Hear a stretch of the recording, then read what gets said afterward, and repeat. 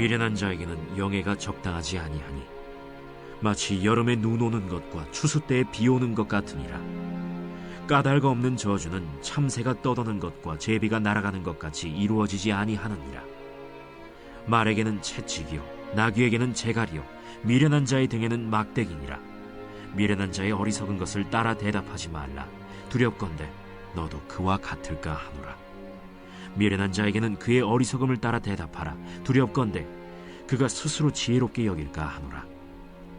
미련한 자 편에 기별하는 것은 자기의 발을 베어버림과 해를 받음과 같으니라.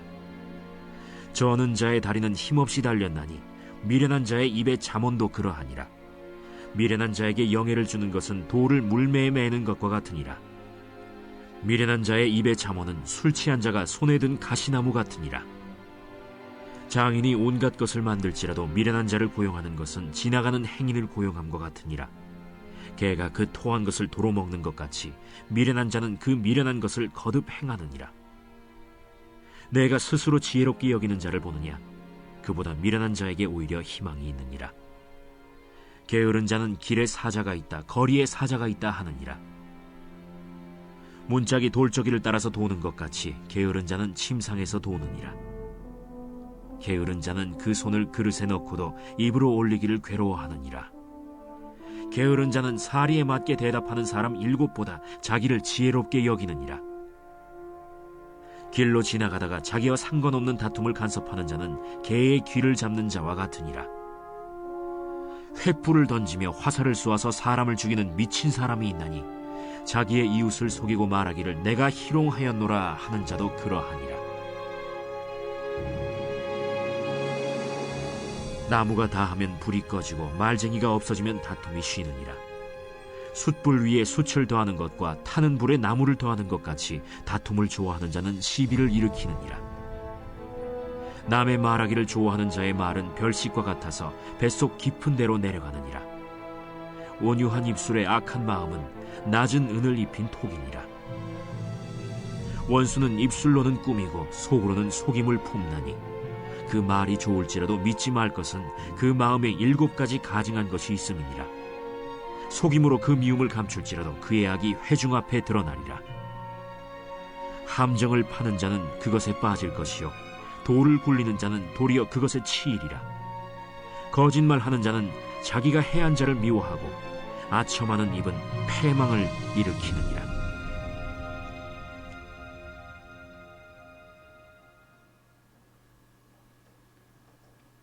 할렐루야. 오늘은 잠언 26장입니다.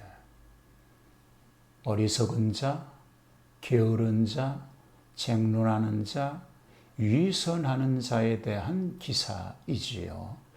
어리석은 자라고 하는 것은 무신 범죄자들입니다. 이 같은 자들은 지혜가 없는 무식하고 무지하고 미련한 자인 것입니다. 어리석은 자와의 관계를 12절까지 말합니다. 어리석은 자에게는 영예가 적당치 않습니다. 이는 마치 여름에 눈이 오는 것과 같고 추수 때에 비 오는 격으로 필요 없는 헛수고인 것입니다.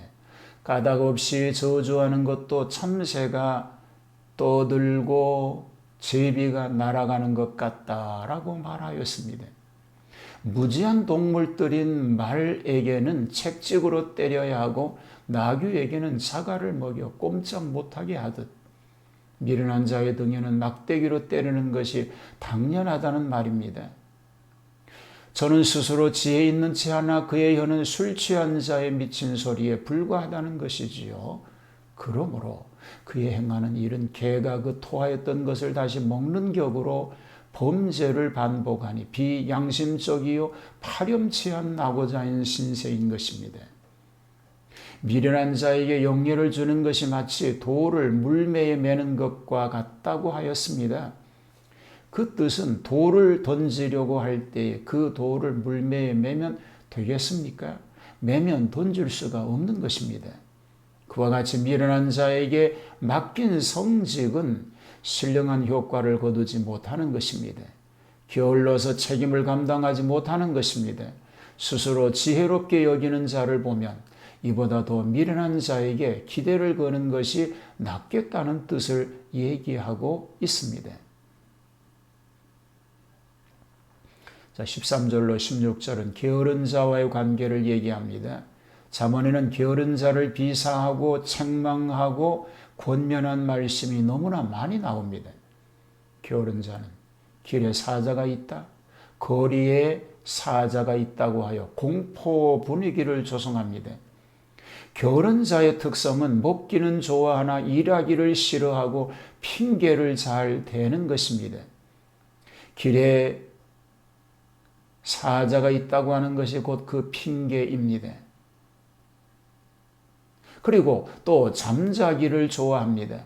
자는 것은 일하는 것보다 쉬운 거로 일을 즐기는 것입니다. 문짝이 돌적이를 돌아서 도는 것 같이 게으른 자는 침상에서 뒹굴고 있다는 것을 얘기합니다. 취생몽사하는 격이 되는 것입니다. 바울은 말합니다. 일하기 싫거든 먹지도 말라고 말입니다. 근면을 권고하였습니다. 영적으로 신앙생활에도 게으른 자는 봉사와 기도와 성경 읽기와 전도와 헌금하는 일 등에 게을러서 일하지 않습니다. 게으른 자의 종말은 파산이요 걸식밖에 없는 것입니다. 17절로 28절은 분쟁자와의 관계를 얘기하고 있습니다. 남의 일에 간섭하여 분쟁을 일으키는 자도 있고 자기가 자진하여 상대방과 싸움을 토발하는 자도 있습니다. 이런 사람들은 분쟁을 일종의 낙으로 여기고 덤비는 자이니 악한 사람들의 지배를 받는 도덕상 탈선자들인 것입니다. 자기와 상관없는 일에 간섭하는 자는 개귀를 잡는 것 같아서 결국 개에게 물릴 것뿐입니다. 미련한 위험입니다. 다툼을 좋아하는 일은 시비를 일으키는 일이니 결국은 손해만 따르게 될 것입니다. 마음에 악한 뜻을 품고 말로는 친절을 과정하는 자는 위선입니다. 겉으로는 돕는 체 하면서도 내용으로 해치려는 자는 아주 위험한 인물이니 극히 조심할 필요가 있습니다. 예수님께서도 그 당시 바리새인 지도자들이 이렇게 위선을 위주하기 때문에 극히 엄한 책망을 하셨습니다. 이런 사람들은 드러내놓고 공개적으로 악행을 하는 미련한 자들입니다.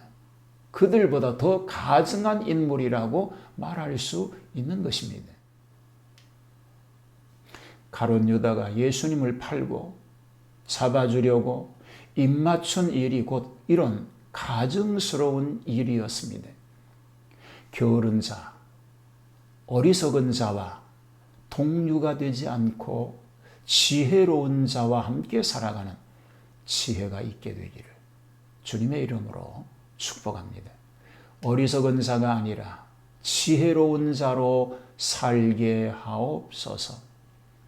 하나님이 주시는 지혜를 따라서 그 말씀대로 하나님 영광을 위해서 거룩한 승리자로 살게 하여 주시옵소서. 오늘 우리가 힘들고 어려운 상황 만나고 있습니다. 그러나 주님이 주시는 지혜로 이 어려운 시대를 잘 감당하는 승리자가 되게 하옵소서. 예수님 이름으로 기도하옵나이다. 아멘.